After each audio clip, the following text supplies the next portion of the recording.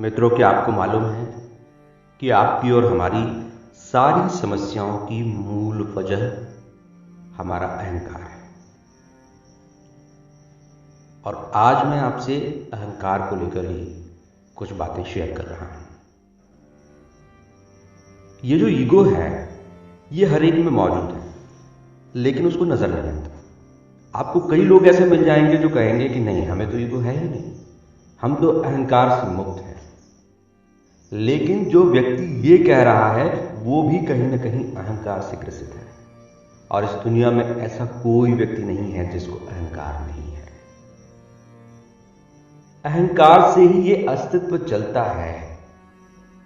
अहंकार जरूरी है जीने के लिए, लेकिन वो अहंकार किस तरह का होना चाहिए, उस अहंकार के प्रति हम अवेयर हैं कि नहीं हैं, ये बहुत महत्वपूर्ण है। और दूसरी बात यह है कि अहंकार अभिमान नहीं है। अभिमान अलग है, अहंकार अलग है। जिस व्यक्ति ने इस अहंकार को समझ लिया उसने जीना सीख लिया। ये बात भूल जाइए कि आप अपने अहंकार को शून्य पर ले जाएंगे। आप अपने अहंकार को शून्य पर नहीं ले जा सकते, लेकिन आप अपने अहंकार को परिष्कृत कर सकते हैं, रिफाइन कर सकते हैं। और यदि आप अपने अहंकार के प्रति सचेत हो जाएंगे तो फिर आपका व्यक्तित्व बदल जाएगा। आपका जो व्यवहार है, आपका जो रिएक्शन है, जो अहंकार की वजह से कई बार परेशानियां खड़ी करता है, वो बिहेवियर आपका चेंज हो जाएगा। इस अहंकार को समझने की जरूरत है। इसको थोड़ा थोड़ा करके शांत करने की जरूरत है। बैठा फिर भी रहेगा, लेकिन बार बार सांप के फन की तरह उठकर खड़ा नहीं होगा। अब अहंकार शुरू कैसे होता है? अहंकार बचपन में ही हमारे नामकरण के साथ शुरू हो जाता है। जैसे ही बच्चे को नाम मिलता है, उसके अंदर अहंकार का बीज अंकुरित हो जाता है। और वो नाम जैसे जैसे बढ़ता है, जैसे जैसे ज्यादा से ज्यादा लोग उस नाम को पुकारते हैं, वैसे वैसे व्यक्ति का ईगो बढ़ने लगता है। उस नाम के साथ साथ हमें एक छवि भी मिल जाती है, एक इमेज।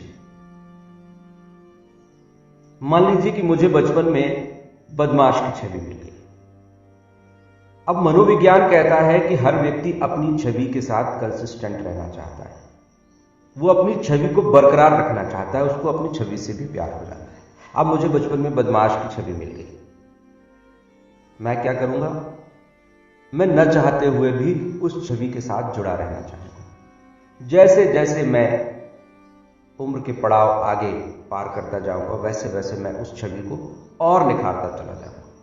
मैं ज्यादा से ज्यादा ऐसे काम करूंगा जिससे मुझे बदमाशी का पुरस्कार मिले, लोग मुझे बड़ा से बड़ा बदमाश समझें। मैं युवा हो जाऊंगा। पहले मैं घर में, मोहल्ले में, स्कूल में बदमाश कहलाता था। अब मैं अपने मोहल्ले में, गली में, शहर में बदमाश कहलाऊंगा। दादा भाई, अब मेरी छवि दादा भाई की बन जाएगी। 2-4 दिन में, 10 दिन में, महीने, 2 महीने में मुझे किसी न किसी को ठोकना पीटना पड़ेगा। अपनी छवि को बरकरार रखना है। भूले से भी यदि मेरे कान में ये आवाज आ गई कि लोग आपके बारे में ये कह रहे हैं कि आप बदलते जा रहे हैं, आप कुछ सुधर रहे हैं, मेरा दिमाग ठनकेगा। मैं सुधर रहा हूं, मैं सीधा हो रहा हूं? नहीं, मैं फिर निकलूंगा और 2-4-10 को फिर ठोकूंगा, ताकि मेरी इमेज बरकरार रहे। एक बच्चे को सीधेपन की छवि मिल जाती है, बेचारा जिंदगी भर सीधा ही बना रहता है। अब कोई व्यक्ति कहते हैं कि आप तो बहुत सीधे और ऐसा काम कर रहे हो, तो बड़ा दुख हो जाता है। तो वो व्यक्ति अपने सीधेपन की छवि को बरकरार रखने के लिए हमेशा शांत, निढाल, सहज बना रहेगा, किसी से कुछ नहीं कहेगा, गुस्सा आएगा तो भी पी जाएगा, क्योंकि उसको उस छवि को बरकरार रखना है। एक व्यक्ति को आप इंटेलिजेंट बना देते हैं, एक बच्चे को। अब वो इंटेलिजेंट, अपने आप को इंटेलिजेंट शो करने के लिए अपने व्यक्तित्व के विपरीत, अपने शौक, अपने जिंदगी के सहज स्वभाव के विपरीत लगातार कोशिश करेगा कि मैं इंटेलिजेंट साबित हूं। पूरी जिंदगी उसकी बुद्धिमान साबित करने में निकल जाएगी।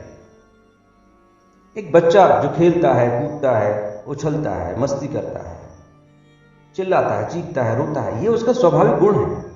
लेकिन हमने यदि उसे किसी छवि में बांध दिया तो वो उस छवि के अतिरिक्त सारे गुणों को, सारे परिलक्षणों को, सारी स्वाभाविक क्रियाओं को छोड़ देता है और इससे उसके स्वाभाविक विकास में बाधा पड़ती है। और ये ईगो जिंदगी भर परेशान करता है।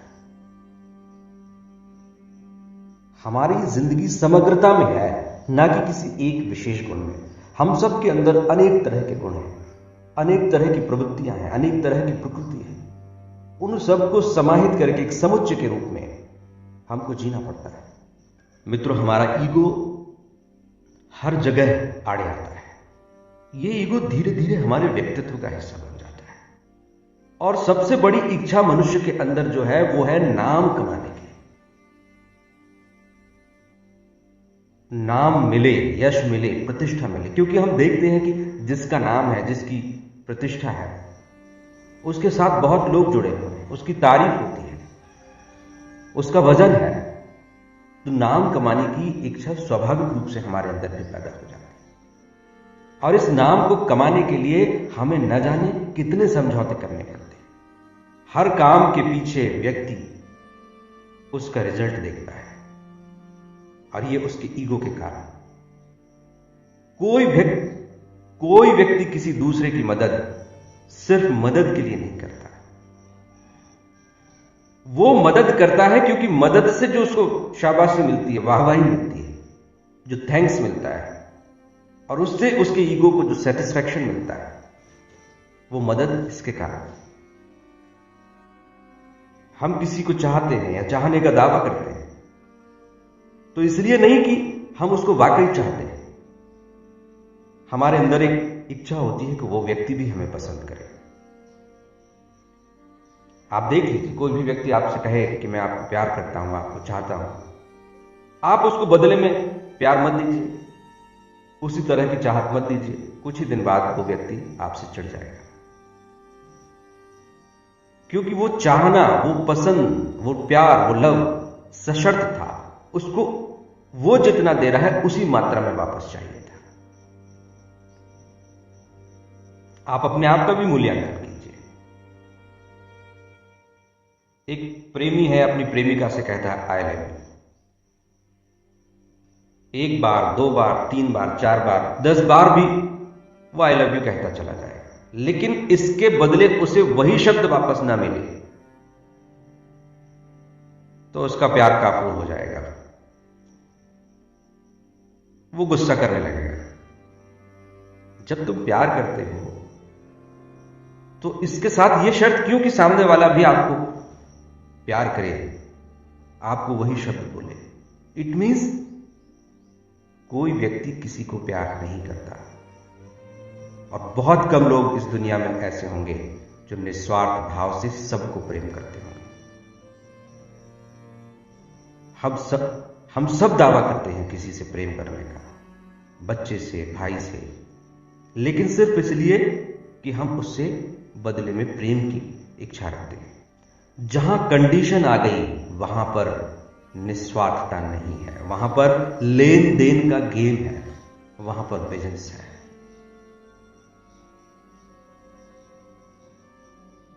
और बिना बिजनेस के इस दुनिया में कुछ चलता नहीं। ये सब कुछ हमारे ईगो के कारण ही है।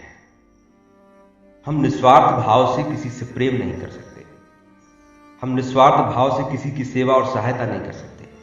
इसके पीछे ईगो ही है, क्योंकि ईगो को सेटिस्फैक्शन चाहिए, ईगो को शाबाशी चाहिए, ईगो को धन्यवाद चाहिए, कुछ ना कुछ बदले में चाहिए। नहीं मिलेगा तो ईगो परेशान करने लगेगा, कचोटने लगेगा। ईगो सब कुछ व्यापार में कन्वर्ट कर देता है, लेन देन में बदल देता है।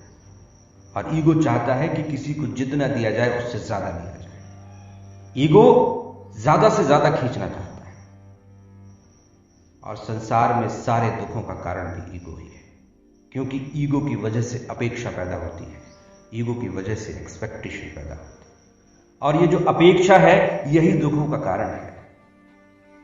जीवन में बहुत सारी अपेक्षाएं हम पाल लेते हैं, नाम की, यश की, पद की, प्रतिष्ठा की, धन की, सुख की, समृद्धि की, संपन्नता की, संपदा की। ज्यादा से ज्यादा बटोरने की जो हमारी इच्छा है, उसके पीछे हमारा ईगो काम करता है। यदि हमें सामान बटोरने में रस आने लगे तो हम सामान इकट्ठा करते चले जाते हैं, पूरा घर भर देते हैं, उसके बाद भी संतुष्टि नहीं मिलती तो एक घर के बाद दूसरा बनाते हैं, तीसरा बनाते हैं, उससे भी बड़ा, उससे भी बड़ा, उससे भी बड़ा, उससे भी बड़ा। लेकिन आखिर में क्या होता है? पड़ा रहेगा माल खजाना छोड़ त्रियासत जाना। पड़ा रहेगा माल खजाना छोड़ त्रियासत जाना। आखिर में तो सब छोड़ना ही है, फिर इतनी पकड़ की चाह क्यों? 2-3 दिन पहले मेरी एक व्यक्ति से बात हो रही थी। उन्होंने बताया कि मुझे गुस्सा बहुत आता है। मैंने उनसे पूछा कि आपको गुस्सा क्यों आता है, इसके पीछे के कारण को तलाशने की आपने कोशिश की? उनका कहना था कि जब कोई मेरी बात नहीं मानता, जब कोई मेरी बात नहीं सुनता, तब मुझे गुस्सा आता है। जब व्यक्ति गलती करता है और अपनी गलती स्वीकार नहीं करता, तब मुझे गुस्सा आता है। मैंने कहा कि गलती वो कर रहा है और गलती करने के बाद भी गलती न मानने की गलती भी वही कर रहा है, फिर मुझे गुस्सा क्यों आना चाहिए? ना तो मैंने गलती की, ना ही न स्वीकार करने की गलती की। तो जो गलती करेगा, कष्ट उसको होना चाहिए। उसकी गलती के कारण मुझे क्रोध आ रहा है, मुझे गुस्सा आ रहा है, और वो जब तक गलती नहीं मान रहा तब तक मैं गुस्से में हूं, मेरा ब्लड प्रेशर बढ़ा हुआ है, मैं तना हुआ हूं, मैं परेशान हूं। सजा किसको मिलेगी? उसकी गलती की सजा हम अपने आप को दे रहे हैं। इसलिए क्योंकि हमारा अहंकार पोषित नहीं हो रहा। वो गलती करने के बाद गलती मान लेगा तो हमारा ईगो सेटिस्फाई हो जाता, हम शांत हो जाते हैं। अब हम परेशान हैं, वो गलती नहीं मान रहा, उसको गलती मनवाने के लिए हम प्रेशर डाल रहे हैं, और कोई भी व्यक्ति अपनी गलती मानने को राजी नहीं होता क्योंकि उसका अहंकार उसको रोकता है। आपके प्रेशर के कारण, आपकी ताकत के कारण वो गलती मान भी ले, लेकिन अंतरतम में वो गलती नहीं मानेगा। इसलिए किसी दूसरे व्यक्ति की गलतियों की वजह से अपने आप को सजा क्यों दें? एक साधक है जो गौतम बुद्ध को मानते हैं, वो परेशान है, वो दुखी हैं, क्योंकि उन्हें लगता है कि हिंदू धर्म को मानने वाले पाखंड में उलझे हुए हैं। वर्षों से वो गलत दिशा में जा रहे हैं। मैं कहता हूं कि आप गौतम बुद्ध को मानिए, बुद्ध की शिक्षाओं को आत्मसात कीजिए, लेकिन आप पूरी दुनिया को नहीं सुधार सकते, अपने मत के अनुसार परिवर्तित नहीं कर सकते। और पाखंड में कौन नहीं उलझा है? पूरी दुनिया ही पाखंड में उलझी हुई है। और सबसे बड़ी बात यह है कि पूरी दुनिया ही पाखंड है। ये दुनिया है क्या? ये दुनिया सिर्फ और सिर्फ मनोरंजन है, पाखंड है और कुछ नहीं। हजारों लोग आए, ज्ञान दिया, चले गए, लेकिन लोग बहुत ज्यादा नहीं बदले। वो वैसे ही रहेंगे, वो एक पाखंड छोड़ेंगे, दूसरा पाखंड क्रिएट करेंगे, क्योंकि पाखंड के बिना दुनिया चलती नहीं है। मुझे ऐसा लगता है कि जो मेरे रास्ते पर नहीं है, या मैं जिस रास्ते को मान रहा हूं उस रास्ते पर बाकी लोग नहीं चल रहे हैं, तो वो गलत कर रहे हैं। दरअसल ये मेरे अंदर का सूक्ष्म अहंकार है, जो ये चाहता है कि मैं जिसको मानता हूं उसी को सब माने। हिंदू चाहता है कि सारे लोग उसी के धर्म को माने, मुस्लिम चाहता है कि दुनिया के सारे लोग मुस्लिम धर्म को माने। दरअसल उसकी अपनी पहचान उसका धर्म है, और उस पहचान को वो पूरे विश्व में स्थापित करना चाहता है। इसी बात की पूरी दुनिया में लड़ाई है कि हर व्यक्ति, हर संस्था, हर देश अपने धर्म को स्थापित करना चाहता है, उसकी सत्ता को आगे बढ़ाना चाहता है। धर्म से किसी को कोई लेना देना नहीं, धर्म की शिक्षाओं से कोई लेना देना नहीं, बस धर्म का विस्तार, प्रचार और प्रसार हो, ज्यादा से ज्यादा लोग उस धर्म के अनुयायी बने। दरअसल वो धर्म नहीं है, वो उन सभी व्यक्तियों का रिफ्लेक्शन है जो उसके अंदर उसके मताबलंबी है। वो सभी लोग एक ईगो से भरे हुए व्यक्तित्व का हिस्सा है, और इसीलिए उन सब का ईगो वृहद रूप में एक बड़े धर्म का ईगो बन जाता है, और वो धर्म अहंकार का प्रोजेक्शन हो जाता है। मैंने पहले भी कहा कि हमारे ज्यादातर दुखों का कारण हमारा अहंकार है। हर जगह हमारा अहंकार हमारे सुख में बाधा खड़ी कर देता है, क्योंकि हम जीतना चाहते हैं, क्योंकि हम फ्रंट पर रहना चाहते हैं, क्योंकि हम सेंटर ऑफ अट्रैक्शन बनना चाहते हैं, क्योंकि हम अपनी बात को मनवाना चाहते हैं, इसलिए हम दुख पाते हैं। दूसरा हमारी बात माने, यदि हम इस बात की परवाह करना छोड़ दें तो प्रतिरोध खत्म हो जाता है, हम शांत और सहज हो जाते हैं। दूसरा हमारी तरह सोचे, दूसरा हमारी तरह चले, इस बात की जिद हम छोड़ देते हैं तो रिश्तों में मिठास आ जाती है। एक पत्नी क्या चाहती है? पत्नी चाहती है कि मेरा पति हम विचार, पति चाहता है कि पत्नी हम विचार। लेकिन पति और पत्नी दोनों अलग अलग जगह पैदा हुए, दोनों की परवरिश अलग अलग तरह से हुई, दोनों की कंडीशनिंग अलग है, उनके विचार कैसे मिल सकते हैं? एक अलग ढंग से सोचेगा, दूसरा अलग ढंग से सोचेगा, लेकिन दोनों चाहते हैं कि सामने वाला मेरे अनुसार सोचे, मेरे अनुसार चले, और यही प्रतिरोध खड़ा हो जाता है, झगड़ा खड़ा हो जाता है। जब तक हम मत भिन्नता को स्वीकार नहीं करेंगे, जब तक हम प्रत्येक व्यक्ति की अपनी सोच का समर्थन नहीं करेंगे, जब तक हम ये नहीं सोचेंगे कि दूसरे व्यक्ति की सोच मेरी सोच से मिल नहीं सकती, मिल गई तो कोई बात नहीं, अच्छी बात है, लेकिन नहीं मिली तो भी दुख करने की जरूरत। एक और बात जो दुख से जुड़ी हुई, वो है अपेक्षा। अपेक्षाओं से बहुत ज्यादा लगाव, इच्छाओं से बहुत ज्यादा लगाव, महत्वाकांक्षाओं से बहुत ज्यादा लगाव। मान लीजिए कि मैंने क्षेत्र का विधायक बनने को अपना लक्ष्य बना लिया, लेकिन यदि मुझे टिकट नहीं मिलता है, टिकट मिलने के बाद मैं जीत नहीं पाता, तो मैं अपने आप को बहुत ज्यादा दुखी कर लेता हूं, तोड़ लेता हूं। क्यों? क्योंकि मैंने उस पद से बहुत ज्यादा लगाव स्थापित कर लिया। हालांकि वो पद मिल भी जाता तो मेरी जिंदगी में सुकून आ जाता, इस बात की कोई गारंटी नहीं, क्योंकि मैं कलेक्टर बन जाऊं, मैं विधायक बन जाऊं, सांसद बन जाऊं, मंत्री बन जाऊं, तो मेरा लक्ष्य पूरा नहीं हो जाता। उसके बाद उस पद की गरिमा को बनाने के लिए, बचाने के लिए, कार्यकर्ताओं की इच्छाओं की पूर्ति के लिए, अपने जिले की व्यवस्था संभालने के लिए उस कलेक्टर को, विधायक को, सांसद को, मंत्री को लगातार प्रयास करने पड़ते हैं। नई नई चुनौतियां उसकी जिंदगी में सामने आती हैं। हम बेवजह किसी पद से, प्रतिष्ठा से अपनी जिंदगी के सुख को जोड़ लेते हैं। सुख वहां भी नहीं है, लेकिन ईगो है जो वहां पहुंचने की प्रेरणा देता रहता है। वहां पहुंचते हैं तो उससे आगे बढ़ने की प्रेरणा देता रहता है। यह प्रेरणा नहीं है, यह दरअसल ईगो की लालसा है। संबंधों में, व्यवहार में, व्यक्तित्व में, कार्य में, हर जगह ईगो चोट करता है। हमारे छोटे छोटे कार्यों में भी हमारे ईगो का रिफ्लेक्शन दिखाई देता है। हम तुनक मिजाज हैं, हम जिद्दी हैं, हम क्रोधी हैं, हम गुस्सैल हैं। हर जगह वो ईगो मौजूद रहता है, जिसकी वजह से हमारा व्यक्तित्व ऐसा होता है। किसी ने कुछ कहा नहीं कि हमें गुस्सा आ गया, किसी ने हमें गाली दी, हमने उसको 4 गालियां बदले में दे दी। क्यों? क्योंकि किसी के 2 शब्द हमारे पास पहुंचते हैं तो हमें ऐसा लगता है कि इसने हमारी छवि के विपरीत हमारी छवि बना दी, और इसलिए हमारे अंदर क्रोध पैदा हो जाता है और हम क्रिया की प्रतिक्रिया में ईंट का जवाब पत्थर से देते हैं। क्रोध की वजह भी ईगो है, संबंधों में खराबी की वजह भी ईगो है, जीवन में सहजता, सरलता और आनंद के अभाव की वजह भी ईगो है। अपने आप को आप पीछे कर लीजिए, पंक्ति में सबसे आगे खड़ा होने की कोशिश मत कीजिए, पंक्ति में सबसे पीछे खड़ा, पंक्ति में सबसे पीछे खड़े हो जाइए, क्या फर्क पड़ता है। लेकिन हम सबको सिखाया जाता है सेंटर ऑफ अट्रैक्शन बनो, उस आकर्षण की चाह में हम क्या नहीं करते, अपने स्वभाव के विपरीत काम करते।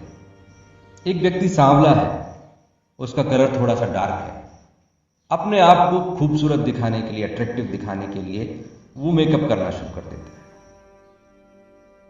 अब उसको अपना कालापन छिपाने के लिए अपने हाथ पर भी मेकअप करना पड़ता है, गले पर भी मेकअप, जहां जहां शरीर का अंग दिखाई देगा उसको मुझे गोरा बनाना पड़ेगा। एक बार झूठ की शुरुआत हुई, झूठे दिखावे की शुरुआत हुई, तो फिर जीवन भर उस कालेपन को छिपाने के लिए मेकअप करना पड़ेगा।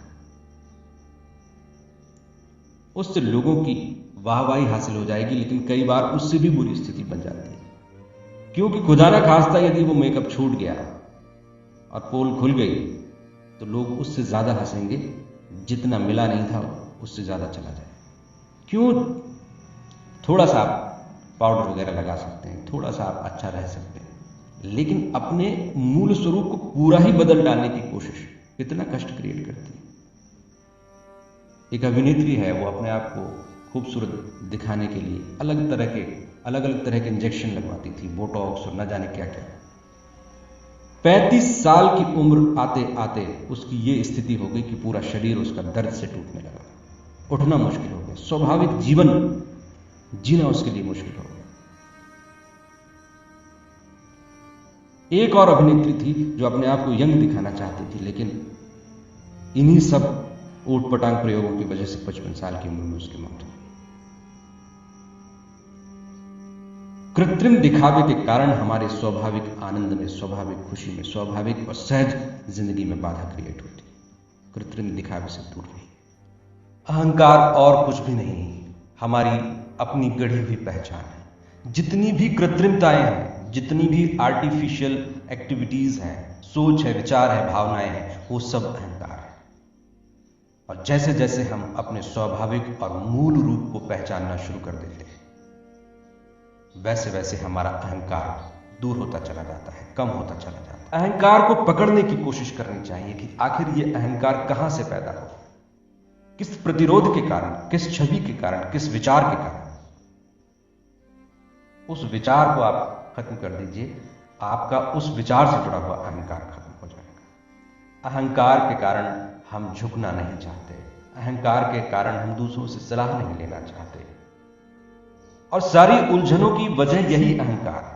हम अपनी समस्याओं में खुद ही घिरे रहते हैं, परेशान रहते हैं, क्योंकि हम झुकना नहीं चाहते, हम टूटते हुए देखना नहीं चाहते। एक ना एक दिन हम सबको झुकना ही है, टूटना ही है। कितने ही हम अपने आप को, हम कितना ही तन जाए, कितना ही अकड़ जाए, लेकिन ये सारी अकड़ एक ना एक दिन टूट जानी है। एक पल भी नहीं लगता जिंदगी खत्म होने में, एक पल भी नहीं लगता। एक पल में सब कुछ धरा रह जाता है, एक पल में सब कुछ टूट जाता है, सब कुछ खत्म हो जाता है। और काल देव चारों तरफ घूम रहे हैं, मंडरा रहे, न जाने कब वो हमें डस लेंगे, कब हमें ग्रस लेंगे, हमें पता नहीं है। फिर भी हम जोड़ते चले जाते हैं, इकट्ठा करते जाते हैं, छवि को बनाते चले जाते हैं, गढ़ते चले जाते हैं। कितने ही लोग हुए जो टॉप पर पहुंचे, शिखर पर पहुंचे, बहुत बड़ा उनका नाम रहा, लेकिन आज वो कहां है?